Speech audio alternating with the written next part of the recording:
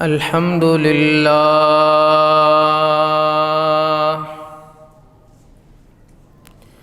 الحمد لله رب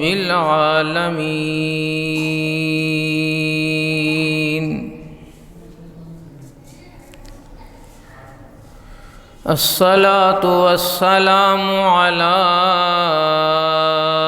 سيد الأنبياء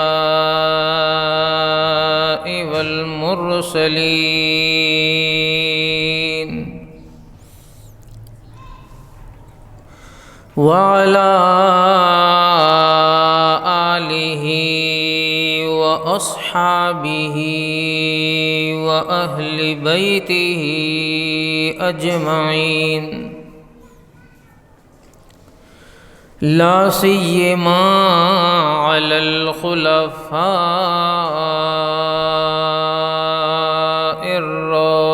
الراشدين المهديين ومن تبعهم بإحسان إلى يوم الدين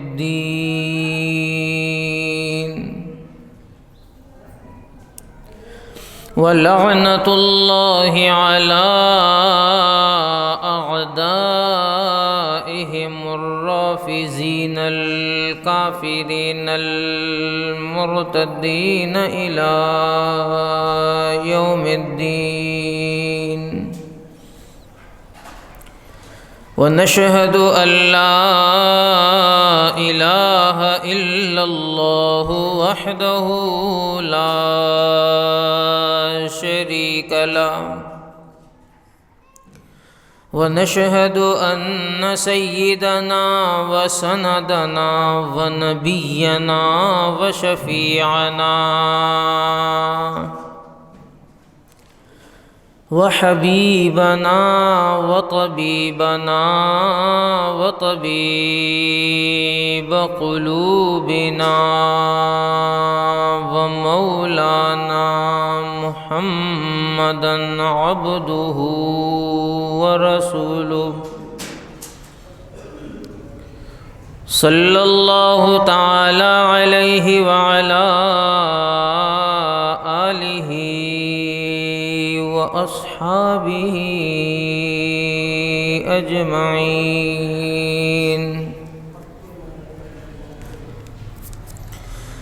أعوذ بالله من الشيطان الرجيم بسم الله الرحمن الرحيم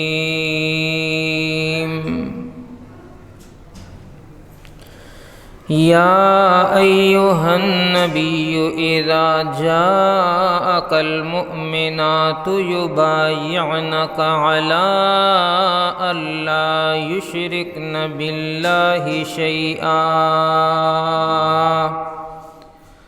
ولا يسرقن ولا يزنين ولا يقتلن أولادهن ولا يأتين ببهتان يفترينه بين أيديهن ولا يأتين ببهتان يفترينه بين أيديهن وأرجلهن ولا يعصينك في معروف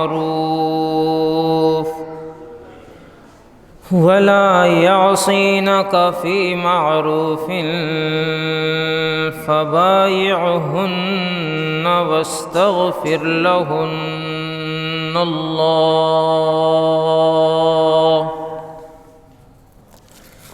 إن الله غفور رحيم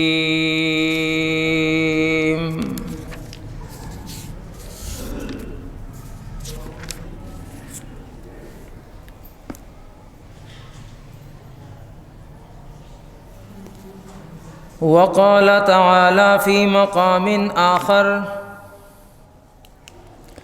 إن الذين يحبون أن تشيع الفاحشة في الذين آمنوا إن الذين يحبون أن تشيع الفاحشة في الذين آمنوا لهم عذاب أليم في الدنيا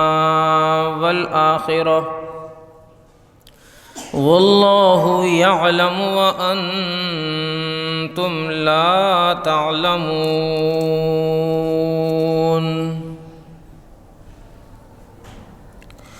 قال النبي صلى الله عليه وسلم: الإيمان بضع وسبعون شعبة أعلاها لا إله إلا الله وأدناها إماتة الأذى عن الطريق والحياء شعبة من الإيمان. قال النبي صلى الله عليه وسلم: حبب إلي من الدنيا النساء والطيب وجعلت قرة عيني في الصلاة. قال النبي صلى الله عليه وسلم: من عال ثلاث بنات فأدبهن وزوجهن وأحسن إليهن فله الجنة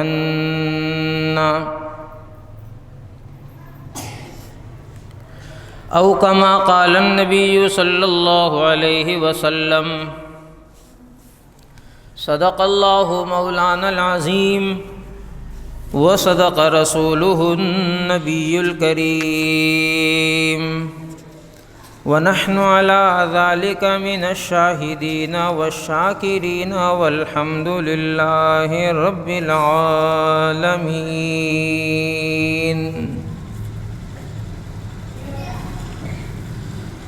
گرامی قدر محترم مکرم معزز سامعین، آپ حضرات کے سامنے قرآن کریم کی چند مقامات میں سے تلاوت کی گئی ہیں اور ذخیرہ احادیث میں سے چند احادیث مبارکہ آپ حضرات کے سامنے تلاوت کی گئی ہیں۔ اللہ تعالیٰ سے دعا ہے کہ اللہ تعالیٰ مجھے بھی، آپ کو بھی، ہم سب کو، امت مسلمہ کو قرآن و سنت کو سمجھنے کی، اس پر عمل کرنے کی اللہ ہمیں توفیق نصیب فرما دیں۔ محترم مکرم معزز سامعین، سننے والی عزت دار باوفا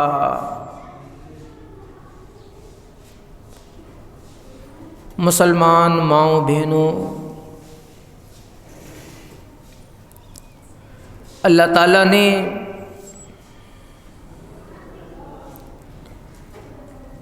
مخلوقات میں سب سے بہتر اور افضل مخلوق جو پیدا کی، قرآن کریم میں اللہ تعالیٰ نے اس کی وضاحت فرمائی۔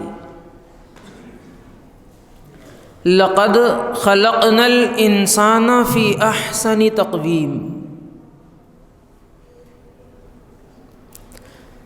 پھر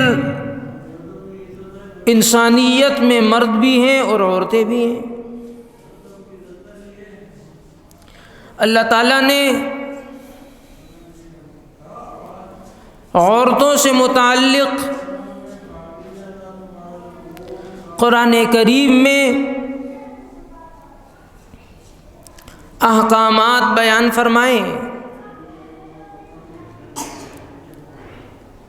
وہ قوانین، وہ ضوابط بتلائیں جس کے ذریعے سے عورتوں کی عزت اور وقار معاشرے میں بڑھانا اور محفوظ رکھنا مقصود تھی۔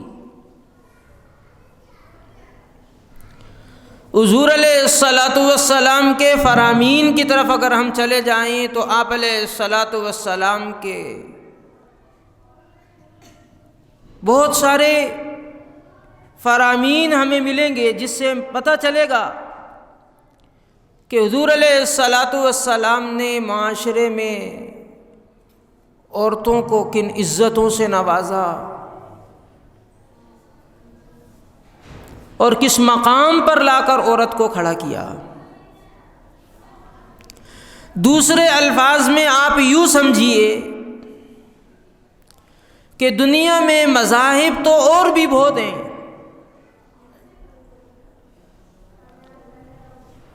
لیکن اسلام نے جو عورتوں کو عزت عطا فرمائی، جو مقام عطا فرمایا، جو شان عطا فرمائی، وہ کسی اور مذہب میں نہیں ملتی۔ آپ حضور علیہ الصلاۃ والسلام کی بعثت سے پہلے کے زمانے کی طرف نظر ڈالیں تو آپ کو وہ زمانہ تاریخ کی کتابوں میں، تاریخ کی اوراق میں یوں ملتا ہے کہ اس دور میں لوگوں نے عورتوں سے جینے کا حق چھین لیا تھا، عورتوں کو عزت کا کوئی حق حاصل نہیں تھا، عورتوں کو مقام شرافت میسر نہیں تھی، حتیٰ کہ عورتوں سے جینے کا حق بھی چھین لیا گیا تھا۔ جناب محمد الرسول اللہ صلی اللہ علیہ وسلم نے عورتوں کو حقوق دیے، اور وہ حقوق دیے جن حقوق کے ذریعے سے عورت کو عزت بھی ملی، عورت کو احترام بھی ملا، عورت کو مقام بھی ملا۔ اور رسول اکرم صلی اللہ علیہ وسلم نے معاشرے میں عورت کی عزت کو واضح کر کر بتلایا کہ عورت کو اللہ نے عزت بخشی ہے، عورت کو اللہ نے مقام بخشا ہے۔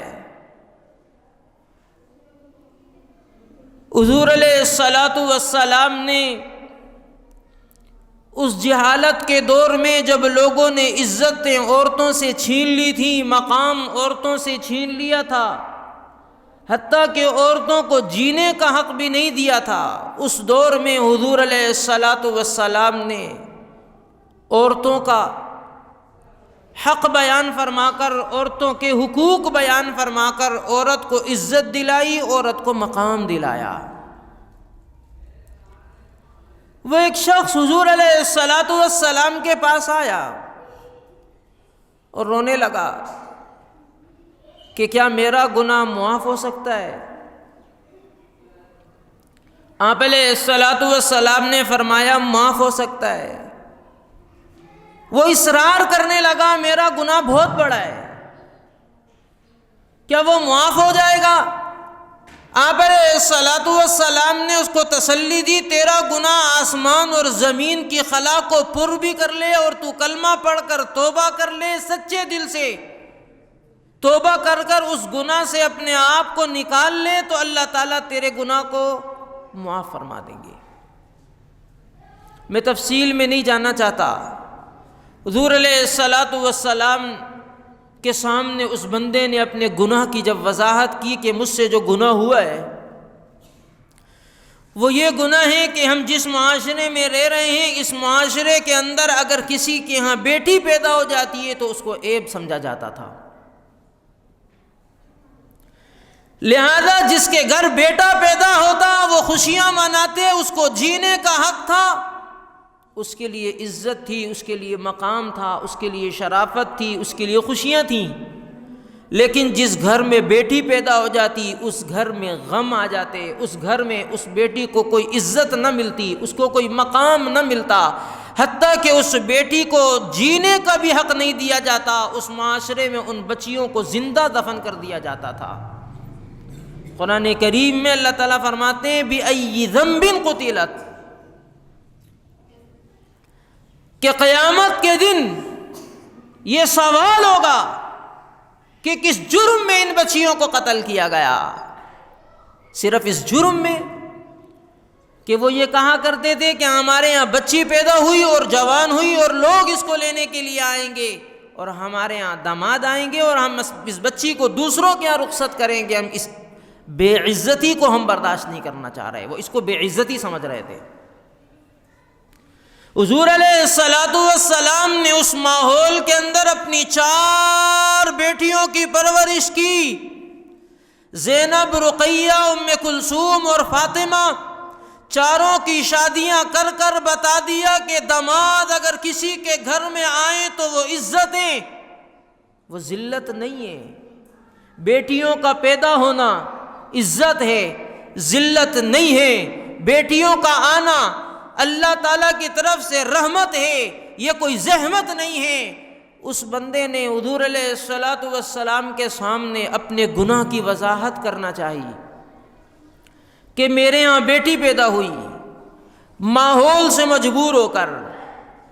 اس بچی کو میں نے زندہ دفن کیا، اگرچہ میری چاہت نہیں تھی کہ میں اس بچی کو زندہ دفن کروں، میں نے اس بچی کو چھپا کر پالا، معاشرے سے بچا کر پالنا چاہا، ماحول سے بچا کر پالنا چاہا کہ کسی کی نظر نہ پڑے کہ اس کے ہاں بچی پیدا ہوئی ہے۔ میں نے اور میری بیوی نے اس کی پرورش خفیہ انداز میں کرنی شروع کی۔ بالآخر اس بچی کا علم معاشرے میں لوگوں کو ہو گیا، مجھے دباؤ ڈالا گیا، مجھ پر زور ڈالا گیا کہ تیرے ہاں بچی پیدا ہوئی ہے، تو ہمارے معاشرے کا فرد ہے، لہذا وہ بچی بڑی ہوگی، جوان ہوگی، لوگ تیرے گھر داماد بن کے اس کا رشتہ لینے کے لیے آئیں گے، لہذا ہم اس ذلت کو برداشت نہیں کر رہے، لہذا تو اس بچی کو خود زندہ دفن کر، ورنہ ہم خود اس کو زندہ دفن کریں گے۔ اس ماحول میں اس بندے نے یہ کیفیت حضور علیہ الصلوۃ والسلام کے سامنے رکھی، اور اس بندے نے یہ تذکرہ کیا حضور علیہ الصلوۃ والسلام کے سامنے کہ میں نے اس بچی کو لیا، گھر سے تیار کرنے کے بعد میں جنگل کی طرف چلا گیا، میں نے اس کا دفن کرنے کے لیے گڑھا کھودنا شروع کیا، حتیٰ کہ وہ بچی میرے ساتھ اس میں شریک ہو گئی۔ حضور علیہ الصلوۃ والسلام اس کیفیت کو سن رہے ہیں اور بندہ اپنی زبان سے بتلا رہا ہے کہ میں نے یہ گناہ کیا۔ کرتے کرتے آخر میں جب کھڈا کھد گیا، بندہ یہ کہنے لگا کہ میں نے اس بچی کو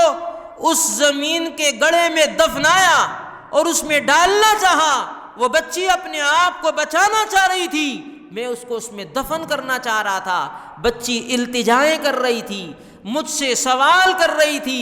منتیں کر رہی تھی، زندگی کی بھیک مانگ رہی تھی، یہاں تک اس نے کہا کہ مجھے چھوڑ دے، میں زندگی بھر تیرے دروازے پر نہیں آؤں گی، لیکن میں نے اس بچی کی ایک نہیں سنی، میں نے اس بچی کو اس گڑھے میں دفن کیا، اور دفن کرنے کے بعد اس کے اوپر مٹی ڈال دی، حتیٰ کہ وہ بچی چیختی رہی، میں نے اس کی چیخوں کی پرواہ نہیں کی اور میں نے اس کو دفنا دیا۔ حضور علیہ الصلوۃ والسلام اس کی گفتگو کو سن رہے تھے، آپ علیہ الصلوۃ والسلام کے چہرے پر آنسو چھلک رہے تھے۔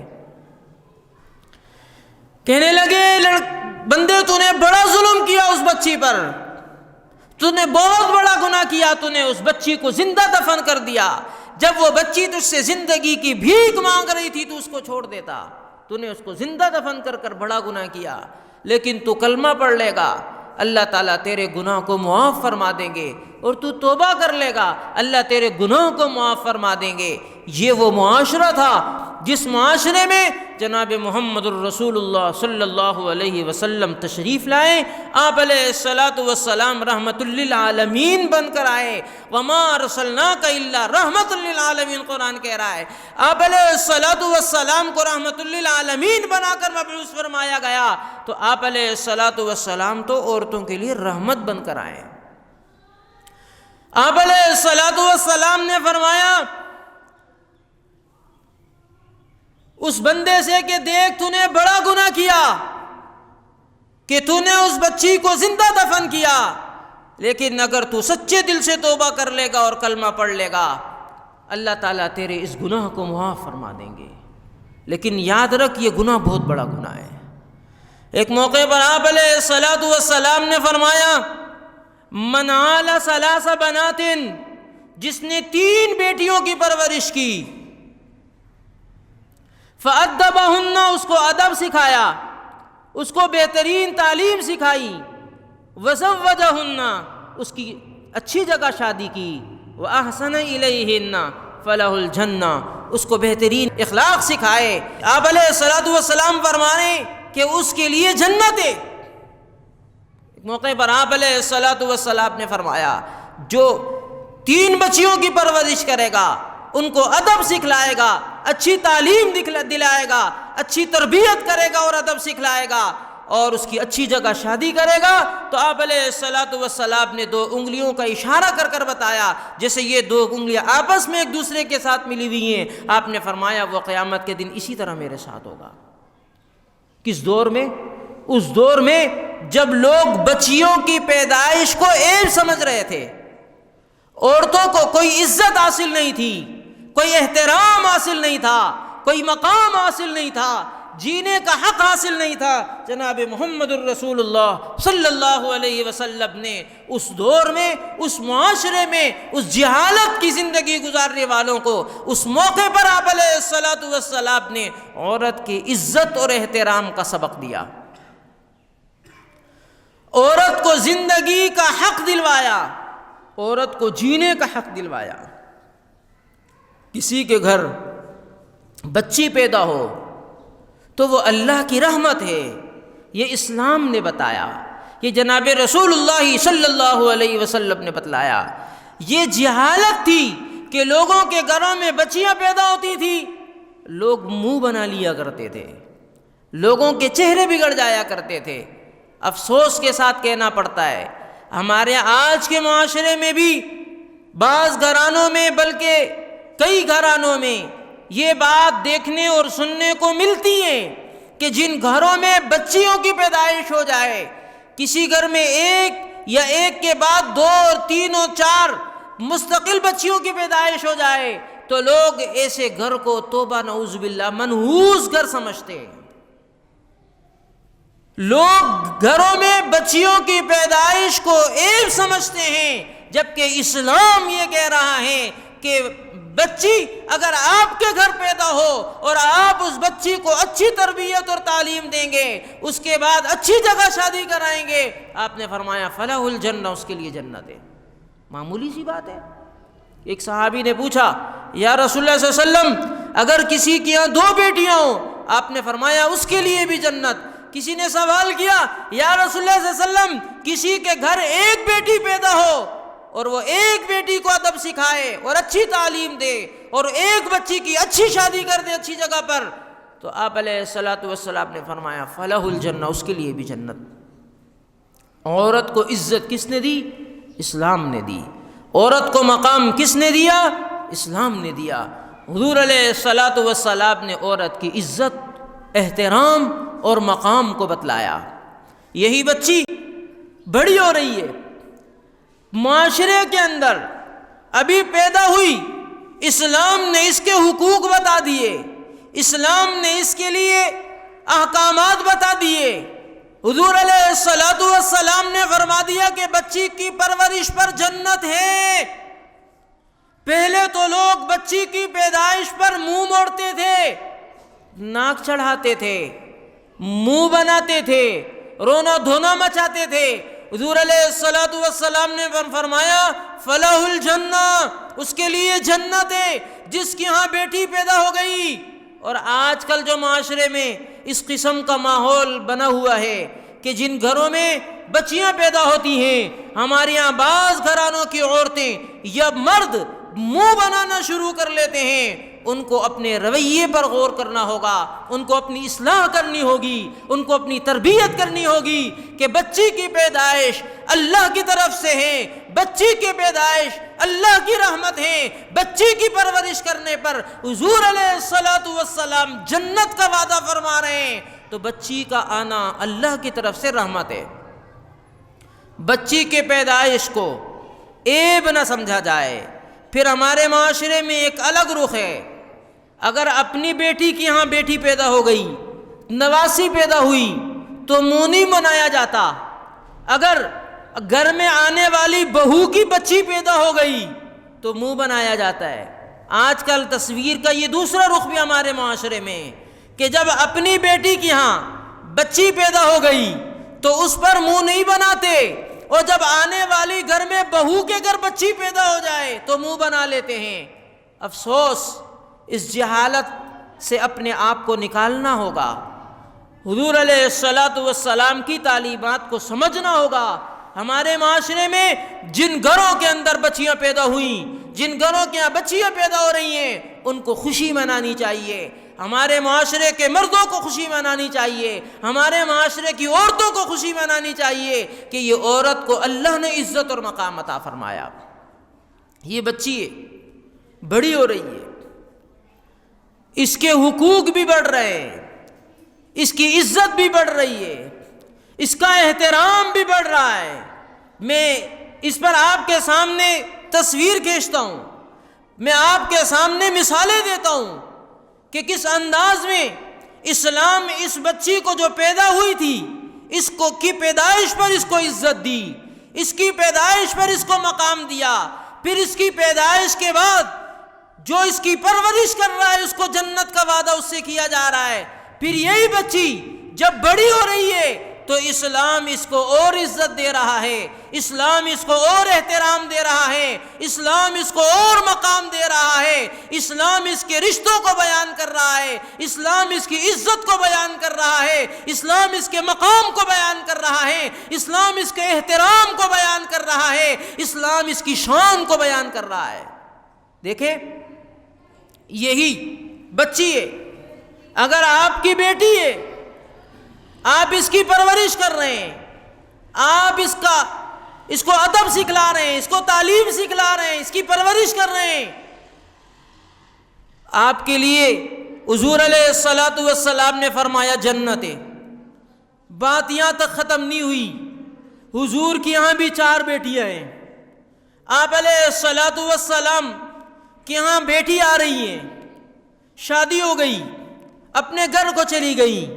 حضور علیہ السلام سے ملنے کے لیے آئیں، حضور بیٹھے ہوئے ہیں، حضور علیہ السلام کھڑے ہو گئے، آپ علیہ السلام نے اپنی چادر بچھائی اور اپنی بیٹی کو اپنی چادر پر بٹھایا۔ یہ عزت حضور علیہ السلام نے خود بیٹی کو دے کر بتا دیا کہ ہمارا معاشرہ بیٹیوں کو یوں عزت دیتا ہے، ہمارا معاشرہ بچیوں کو یہ عزت دیتا ہے کہ باپ ہوگا تو وہ بیٹی کو یوں عزت دے گا جیسے حضور علیہ السلام نے عزت دی۔ صرف بات تک نہیں ہے، حضور علیہ السلام نے عملی طور پر عزت دے کر بتایا کہ یوں عزت دی جاتی ہے، یوں احترام دیا جاتا ہے، یوں مقام دیا جاتا ہے۔ پھر یہ بچی کا ایک رخ رشتے کے اعتبار سے بھائی اور بہن کا بنتا ہے، بھائی اور بہن کے رشتے کو احترام حاصل ہے، بھائی اور بہن کے رشتے کو عزت حاصل ہے، بھائی اور بہن کے رشتے کو اللہ تعالیٰ نے عزت عطا فرمائی۔ حضور علیہ السلام کی بھی کوئی سگی بہن نہیں آپ علیہ السلام کی زندگی میں، آپ علیہ السلام کی ایک بہن کا واقعہ آتا ہے، شیما، جو آپ علیہ السلام کی دودھ شریک بہن ہیں۔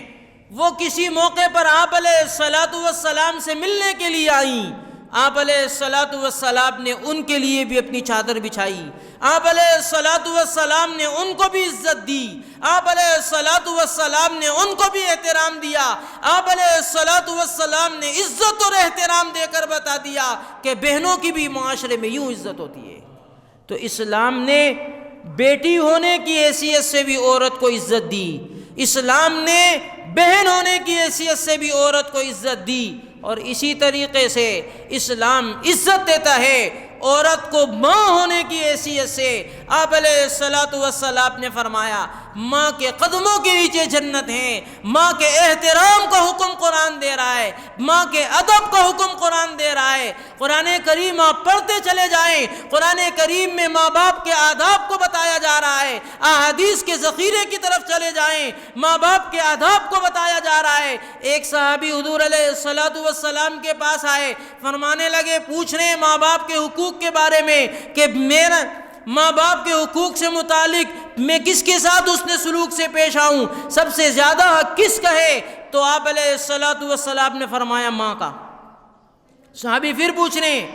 آپ نے پھر فرمایا ماں کا۔ صحابی پھر پوچھ رہے ہیں، آپ نے پھر فرمایا ماں کا۔ 3 مرتبہ پوچھنے پر آپ علیہ الصلوۃ والسلام برابر فرما رہے ہیں ماں کا حق زیادہ ہے، ماں کا حق زیادہ ہے، ماں کا حق زیادہ ہے۔ 4تھی مرتبہ پوچھنے پر آپ نے فرمایا باپ کا حق ہے۔ آپ اندازہ لگائیں کہ اسلام نے عورت کو عزت دی، پیدائش کے موقع پر وہ بیٹی ہے، پھر بڑی ہوئی بہن ہے، پھر بڑی ہوئی ماں کے مقام تک پہنچی، تو اسلام اس کو عزت دے رہا ہے، اسلام احترام دے رہا ہے، اور مسلمان بچوں کو اسلام تربیت یہ دے رہا ہے کہ دیکھو کسی نے ماں کو ادب کے احترام کی نظر سے، عزت کی نظر سے ماں کا چہرہ دیکھا، اس کی زیارت کی، ادب اور احترام کے ساتھ اس کو مقبول حج اور عمرے کا ثواب مل رہا ہے۔ آپ اندازہ لگائیں، ایک آدمی عمرے کے لیے جا رہا ہے، حج کے لیے جا رہا ہے، پیسہ خرچ کر رہا ہے، لاکھوں روپے لگ رہے ہیں، اس کے بعد جا کر وہ حج اور عمرہ کر رہا ہے۔ ادھر اسلام نے ایسا بہترین معاشرہ دیا کہ ماں باپ کی زیارت کو حج اور عمرے کا ثواب دیا جا رہا ہے، مقبول اور حج عمرے کا ثواب، کہ آپ اپنے گھر میں ماں کے چہرے کی زیارت کر رہے ہیں، آپ کو حج کا ثواب، عمرے کا ثواب دیا جا رہا ہے، وہ بھی مقبول، جو اللہ کی نظر میں قبول کیا گیا ہے۔ یہ اسلام ہے جو ماں کا احترام بتا رہا ہے، یہ اسلام ہے جو ماں کی عزت بتا رہا ہے، یہ اسلام ہے جو ماں کا مقام بتا رہا ہے، یہ اسلام ہے جس نے ماں کو عزت بتلائی کہ دیکھو اپنی ماں کا احترام کرنا ہے، ماں کی عزت کرنی ہے۔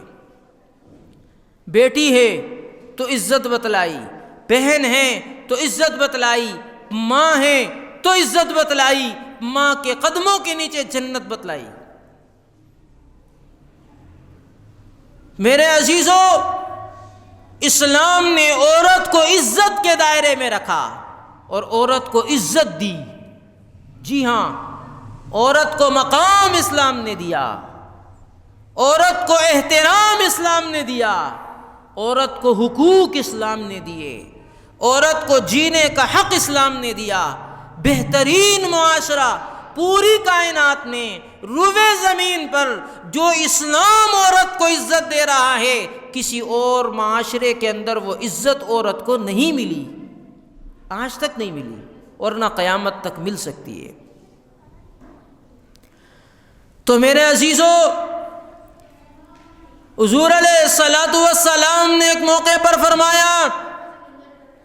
کہ دیکھو مجھے دنیا کے اندر 3 چیزیں پسند ہیں۔ آپ علیہ الصلوۃ والسلام فرما رہے ہیں کہ مجھے دنیا میں 3 چیزیں پسند ہیں۔ حبب الی من الدنیا النساء،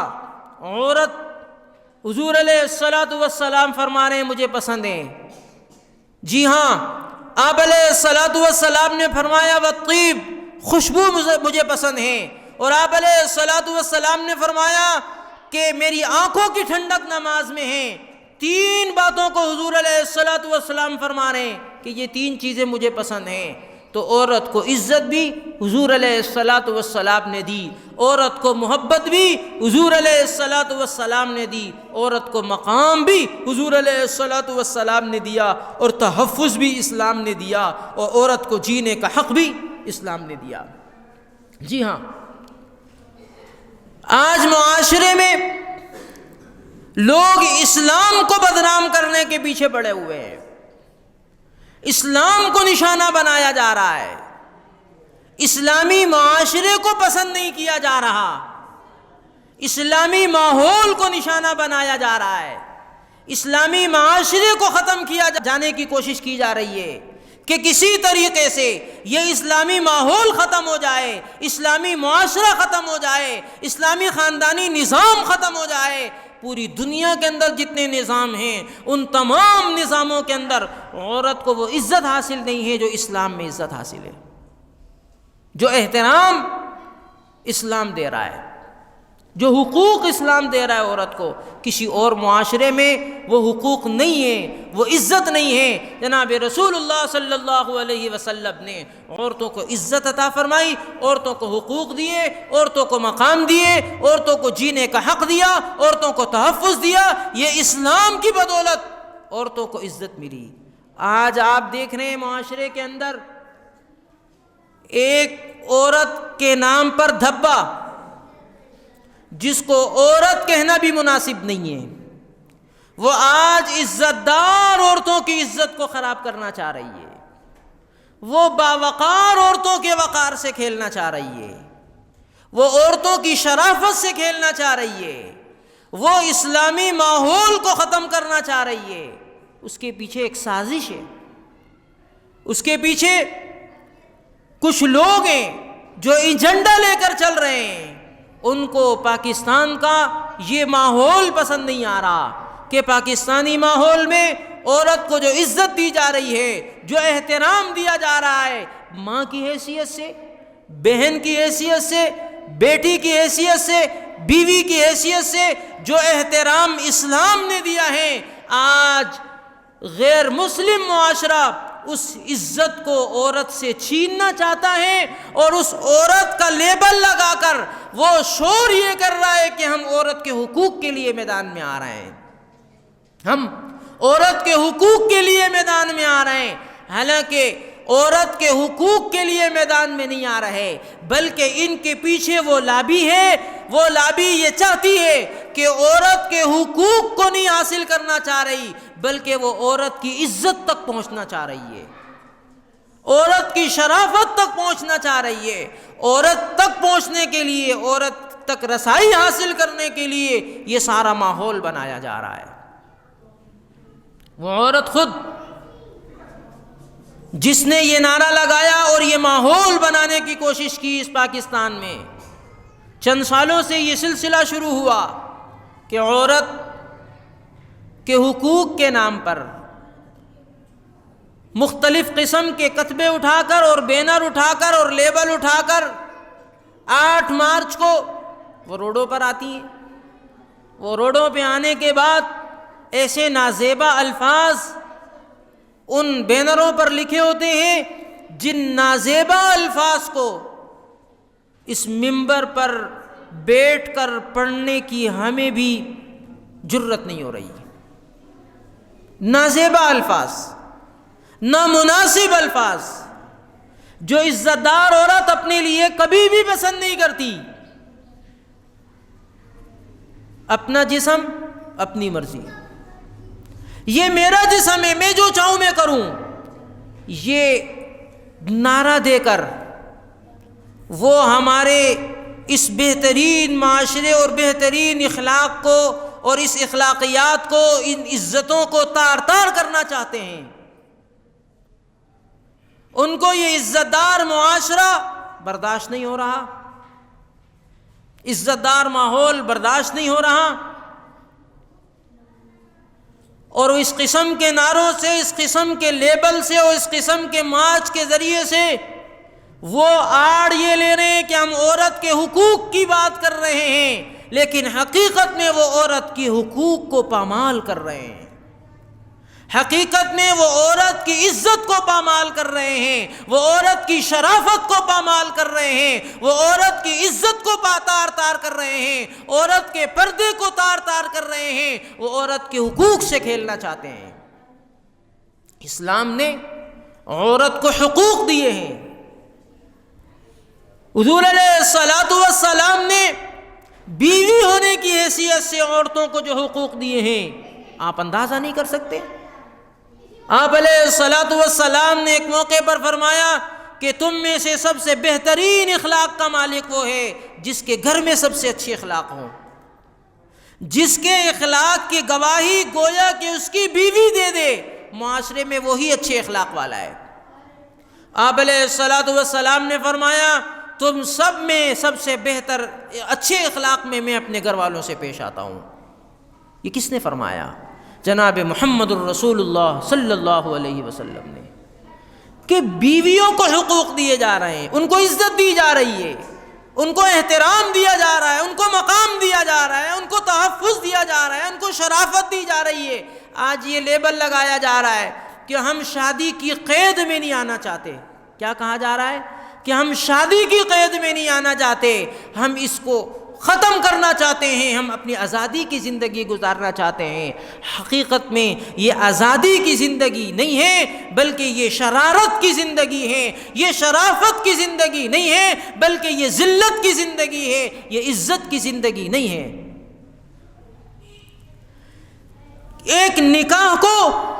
جس کو حضور علیہ الصلاۃ والسلام نے فرمایا کہ یہ اسلامی عمل ہے، اور آپ علیہ الصلاۃ والسلام نے اسلامی ضابطہ بتلایا، اور آپ علیہ الصلاۃ والسلام نے فرمایا النکاح من سنتی، کہ یہ میری سنت ہے، اور آپ علیہ الصلاۃ والسلام نے عملی طور پر نکاح کر کر بتلایا کہ یہ نکاح میری سنت ہے، اور عورتوں کو نکاح کے ذریعے سے عزت حضور دے رہے ہیں، احترام حضور دے رہے ہیں، تحفظ حضور دے رہے ہیں۔ اور آپ علیہ الصلاۃ والسلام نے معاشرے کے اندر عورتوں کے حقوق کی بات کی، عزت کی بات کی، کہ بیٹی ہے تو اس کے آداب ہیں، بہن ہے تو اس کے حقوق ہیں، ماں ہے تو اس کے حقوق ہیں، بیوی ہے تو اس کے حقوق ہیں۔ ہر زاویے سے اسلام حقوق بتلا رہا ہے۔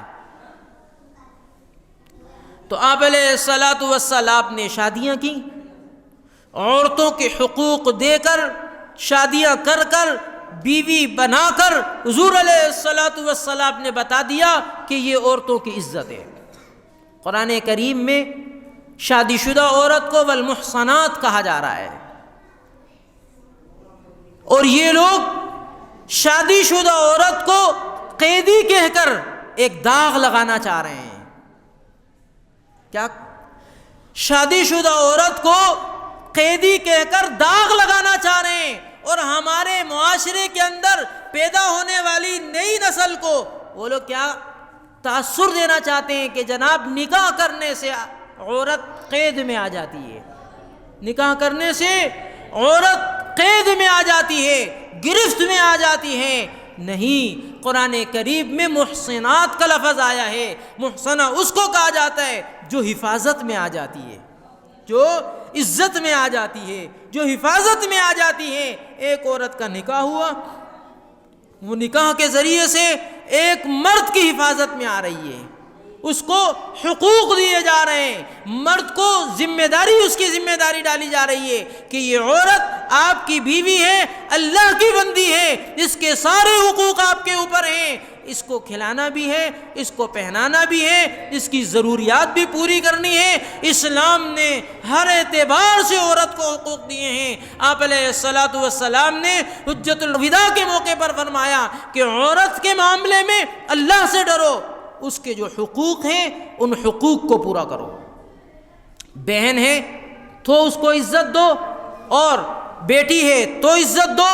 ماں ہے تو عزت دو، بیوی ہے تو عزت دو۔ ہر ضابطے کے اعتبار سے عورت کو عزت ملی، جیسے ہی رشتہ اس سے جو رشتہ وابستہ ہوگا اسی رشتے کی مناسبت سے اس کو عزتیں مل رہی ہیں۔ اللہ نے اس معاشرے کے اندر عورت کو یوں عزتیں عطا فرمائی، اور اللہ نے اسلام کے ذریعے سے عورتوں کو شرافت عطا فرمائی، تحفظ عطا فرمایا، حقوق عطا فرمائے۔ آج یہ ہمارا معاشرے کے اندر اس قسم کا پروپیگنڈا ہو رہا ہے کہ شادی کے ذریعے سے گویا کہ عورت قید میں آ رہی ہے، میری مرضی میں جو چاہوں، میرا جسم میری مرضی۔ اس قسم کے لیبل سے آپ کیا بتلانا چاہ رہے ہیں؟ اللہ نے یہ جسم دیا، یہ اللہ کی امانت ہے، چاہے مرد ہے یا وہ عورت ہے۔ ہمارے پاس یہ جسم موجود ہے، یہ ہمارا نہیں ہے۔ جبھی تو اسلام نے خودکشی پر پابندی لگا دی کہ تم دوسروں کو تو نہیں مار سکتے، اپنے کو بھی نہیں مار سکتے۔ تمہارے جسم پر تمہاری مرضی نہیں چلے گی، یہ جسم تمہیں دینے والی ذات اللہ کی ہے جس نے دی ہے، اور یہ اللہ کی امانت ہے، اور یہ اللہ کی امانت اس وقت تک تمہارے پاس ہے جب تک اس جسم میں روح ہے، اور جب تک اس جسم میں روح ہے اس جسم کو تم استعمال کرو گے تو اللہ کی مرضی کے مطابق کرو گے، اور یہی اللہ کا حکم ہے۔ اور جناب محمد الرسول اللہ صلی اللہ علیہ وسلم نے جو ضابطے بتائے ہیں ان ضابطوں کے مطابق چلو گے تو تم عزت کے دائرے میں رہو گے، ان ضابطوں سے ہٹو گے تو تم خود ذلت کے منہ میں جا رہے ہو۔ تو اگر کوئی عورت یہ کہے کہ میں شوہر کی عزت کو نہیں مانتی، میں باپ کی عزت کو نہیں مانتی، میں بھائی کی عزت کو نہیں مانتی، میں بیٹے کی عزت کو نہیں مانتی، میں کسی رشتے کو نہیں مانتی، وہ اپنے آپ کو خود ان حصاروں سے توڑ کر باہر لے جا کر گرا رہی ہے، خود غیر محفوظ کر رہی ہے، خود اپنے آپ کو تباہی کے منہ میں ڈال رہی ہے، خود اپنے آپ کو ہلاکت کے منہ میں ڈال رہی ہے، خود اپنے آپ کو گندے معاشرے کے حوالے کر رہی ہے۔ کسی کا کچھ نہیں بگڑ رہا۔ آج ایک عورت اسلام میں کتنے حصاروں کے اندر محفوظ ہے، عزت کے ساتھ، تحفظ کے ساتھ۔ اس کو باپ کا تحفظ ملا ہوا ہے، اس کو بھائی کا تحفظ ملا ہوا ہے، اس کو بیٹے کا تحفظ ملا ہوا ہے، اس کو شوہر کا تحفظ ملا ہے۔ یہ ایک عورت ہے جس کو اس انداز سے تحفظ دیا جا رہا ہے کہ بیٹا بھی اس کا تحفظ کر رہا ہے، اس کا بھائی بھی اس کا تحفظ کر رہا ہے، اس کا شوہر بھی اس کا تحفظ کر رہا ہے، اس کا باپ بھی اس کا تحفظ کر رہا ہے، سب اس کا تحفظ کر رہے ہیں، اس کی عزت کر رہے ہیں، اس کا احترام کر رہے ہیں۔ کس نے یہ سبق دیا؟ یہ اسلام نے سبق دیا۔ تو میرے عزیزوں، میرے دوستوں، بھائیوں اور بزرگوں، اس قسم کی گفتگو کی طرف نہ ہم نے الجھنا ہے، نہ ہم نے پڑھنا ہے۔ اپنے معاشرے کو صحیح سمت پر لے جانے کے لیے ہم نے اپنے معاشرے کی اصلاح کرنی ہے اور اپنی بھی اصلاح کرنی ہے، اپنے گھر کی خواتین کی اصلاح کرنی ہے، اپنے گھر کے مردوں کی اصلاح کرنی ہے۔ ہمارے پاس اللہ کا قرآن ہے، جناب محمد الرسول اللہ صلی اللہ علیہ وسلم کا فرمان ہے، ہم اس دائرے میں رہنا چاہتے ہیں۔ اگر ہم اس دائرے میں رہیں گے تو ہماری عزت ہوگی، اگر ہم اس دائرے سے نکلیں گے تو ہماری کوئی عزت نہیں ہے۔ ہاں، میں نے قرآن کریم کی ایک آیت پڑھی تھی، 28واں سپارہ ہے، سورہ ممتحنہ ہے، اس کی آخری آیتیں ہیں جس میں اللہ تعالیٰ فرمانے ہیں، یا ایھا النبی اذا جاءک المؤمنات یبایعنک علی الا یشرکن باللہ شیئا ولا یسرقن ولا یزنین ولا یقتلن اولادہن ولا یأتین ببہتان یفترینہ بین ایدیہن وارجلہن ولا یعصینک فی معروف فبایعہن واستغفر لہن اللہ۔ عورتیں حضور علیہ السلام کے پاس آئیں کہ ہم آپ سے بیعت ہونا چاہتے ہیں۔ آپ علیہ السلام ان عورتوں سے بیعت فرمایا کرتے تھے تو کن باتوں میں بیعت فرمایا کرتے تھے؟ کن پابندیوں کے اندر ان کو لیا کرتے تھے؟ کیا فرمایا؟ اعلیٰ اللہ یشرکن باللہ، اللہ کے ساتھ کسی کو شریک نہیں ٹھہرائیں گی، ولا یسرقن، چوری نہیں کریں گی، ولا یزنین، زنا نہیں کریں گی، ولا یقتلن اولادہن، اپنی اولاد کو ناحق قتل نہیں کریں گی۔ اب ولا یزنین، اب آپ اندازہ لگائیں کہ عورت کو جو حقوق اللہ نے عطا فرمائے ہیں، ان حقوق کے اندر عورت کو شوہر کے ساتھ وابستہ کر کر اس کو تحفظ میں داخل کیا۔ اللہ تعالیٰ نے مرد اور عورت کی خواہشات کو پورا کرنے کے لیے نکاح کے ذریعے سے حلال اور ثواب کا راستہ دیا ہے۔ اب یہ خواتین اور یہ معاشرہ یہ چاہ رہا ہے کہ ہم عورت کو آزاد کر دیں، جو قرآن کریم کی پابندی میں بھی نہ ہو، اللہ تعالیٰ کی پابندی میں بھی نہ ہو، اور اللہ کے رسول کی پابندی میں بھی نہ ہو، اس کے اوپر شوہر کی بھی کوئی پابندی نہ ہو، باپ کی بھی کوئی پابندی نہ ہو، اولاد کی کوئی پابندی نہ ہو، بھائی کی کوئی پابندی نہ ہو۔ وہ آزادی کے ساتھ، معذرت کے ساتھ یہ بات بولنی پڑ رہی ہے، وہ آزادی کے ساتھ اپنا جسم جہاں چاہے جتنے کا، جس کو فروخت کرے اس کو آزادی چاہیے۔ یہ ماحول اور یہ معاشرہ دوسرے ممالک میں چل رہا ہے، اور یہ عورت جس نے یہ نعرہ لگایا یہ خود امریکہ میں رہ رہی ہے، اور ہمارے معاشرے کو خراب کرنے کے لیے وہاں سے فنڈ لے کر یہاں کی عورتوں کو اس چکر پر لگا کر اس ماحول کو خراب کرنے کے لیے، اسلامی نظام کو تباہ کرنے کے لیے، اسلامی اور خاندانی ماحول کو ختم کرنے کے لیے، جس خاندانی اسلامی ماحول میں بہن کو عزت، بیوی کو عزت، ماں کو عزت، یہ ساری عزتیں جو عورتوں کو مل رہی ہیں یہ اسلام کی وجہ سے اس اسلامی خاندان اور ماحول میں مل رہی ہیں۔ وہ اس ماحول کو ختم کر کر عورت سے یہ عزتیں چھیننا چاہتی ہیں، اور وہ یہ کہہ رہی ہیں کہ ہم عورت کو ان کے حقوق دلانا چاہتے ہیں۔ یہ عورتوں کے حقوق کی بات نہیں کی جا رہی، بلکہ دوسرے الفاظ میں یوں سمجھیے کہ وہ یہ چاہ رہے ہیں کہ ہم خود بھی گندے ہیں، ماحول کو گندا کریں۔ ہمارے استاد محترم امام اہل سنت علامہ علی شیر حیدری شہید رحمۃ اللہ علیہ ایک موقع پر فرما رہے تھے اپنے بیان میں کہ جب آدمی خود اپنے آپ کو گندے ماحول میں لانا چاہتا ہے، گناہ کا کام کرنا چاہتا ہے، غلط کام کرنا چاہتا ہے، تو اپنے ارد گرد کے ماحول کو بھی وہ گندا کرتا ہے، اپنے ارد گرد ماحول کو بھی وہ گندا کرتا ہے تاکہ گند کرنے میں آسانی ہو، گناہ کرنے میں آسانی ہو، کوئی روک ٹوک والا نہ ہو۔ تو یہ چاہ رہے ہیں کہ یہاں اس ماحول کے اندر جہاں روک ٹوک ہے وہ روک ٹوک ختم ہو جائے، کوئی روک ٹوک نہ ہو، ہر کچھ آزادی سے ہم بے حیائی کی طرف چلیں، فحاشی کی طرف چلیں، عریانی کی طرف چلیں۔ یوں معاشرہ بڑی تیزی کے ساتھ بے حیائی کی طرف جا رہا ہے، لیکن اس کے باوجود اسلامی ماحول کی وجہ سے ہمارے گھرانوں کے اندر وہ عزتیں موجود ہیں، وہ عورتوں کے احترام، وہ تحفظات موجود ہیں، جس کی وجہ سے معاشرہ بہت زیادہ تیزی کے ساتھ بے حیائی کی طرف جاتے ہوئے بھی ہمارے ماحول میں اللہ کے فضل سے آج بھی عورت عزت اور حفاظت سے اپنے گھر میں محفوظ ہے، اور یہ عالم کفر کو یہ برداشت نہیں ہے۔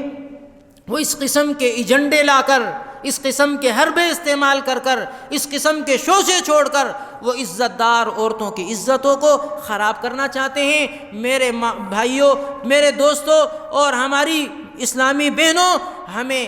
ایسے ماحول بنانے والوں کا بھرپور مقابلہ کرنا ہے اور ایسے ماحول بنانے والوں کا ساتھ نہیں دینا۔ اور ہم نے وہ باتیں اپنے لیے قبول کی ہیں کلمہ پڑھنے کے بعد جو اللہ نے اہل اسلام کے لیے بیان فرمائی، اللہ کے رسول نے بیان فرمائی۔ اسی لیے ہمارا نعرہ یہ ہوگا کہ یہ جسم میرے رب نے دیا ہے، تو اس جسم پر مرضی کس کی چلے گی؟ میرے رب کی چلے گی۔ جو قاعدے قوانین اللہ نے قرآن میں، حضور نے اپنے فرمان میں بتا دیے ہیں، ہمارے مرد کے لیے بھی اسی میں عزت، اسی میں شرافت، اسی میں حیا، اسی میں عزت ہے۔ ہماری عورتوں کے لیے بھی اسی میں عزت، اسی میں تحفظ، اسی میں بقا، اسی میں شرافت ہے۔ اس سے ہٹ کر کہیں عزت نہیں ہے، اس سے ہٹ کر کہیں شرافت نہیں ملے گی، اس سے ہٹ کر کہیں پہ عفت اور پاک دامنی نہیں ملے گی۔ میرے بھائی اور دوستو، ہم نے اس ماحول میں رہ کر جو اسلامی ماحول ہے، اپنے گھر کے ماحول کو، اپنے علاقے کے ماحول کو، اپنے معاشرے کے ماحول کو اسلامی ماحول میں جوڑنا ہے، اور ان اصولوں پر چلنا ہے، اور ان لوگوں کی صحیح طریقے سے مخالفت کرنی ہے کہ ہم ایسے ایجنڈوں کو قبول نہیں کر رہے۔ ہم اپنی عورتوں کو اسلامی ماحول دیں گے، ہم اپنی بچیوں کو اسلامی تربیت دیں گے، ہم اپنی بہنوں کو اسلامی تربیت دیں گے، ہم اپنے گھر والوں کو اسلامی ماحول دیں گے جو ہمیں اللہ نے اور اللہ کے رسول نے دیا ہے۔ اس قسم کے ماحول کی ہم شدید مخالفت کرتے ہیں، خود بھی اپنے ملنے جلنے والوں کو اس قسم کے ماحول سے روکیں جو بے حیائی کی طرف بڑھ رہا ہے۔ اللہ تعالیٰ مجھے بھی، آپ کو بھی، ہم سب کو یہ بات سمجھنے کی توفیق عطا فرمائیں۔ وآخر دعوانا ان الحمدللہ رب العالمین۔ علماء اکرام کے نیو بیانات سننے کے لیے آپ ہمارے فیس بک پیج کو لائک کریں اور ہمارے یوٹیوب چینل کو سبسکرائب کر کے بیل آئیکن پر کلک کیجیے۔ اپنی نیک دعاؤں اور تمناؤں میں ادارہ سعد نشریات کو یاد رکھیں۔ شکریہ۔ علماء حق کی آواز، سعد نشریات۔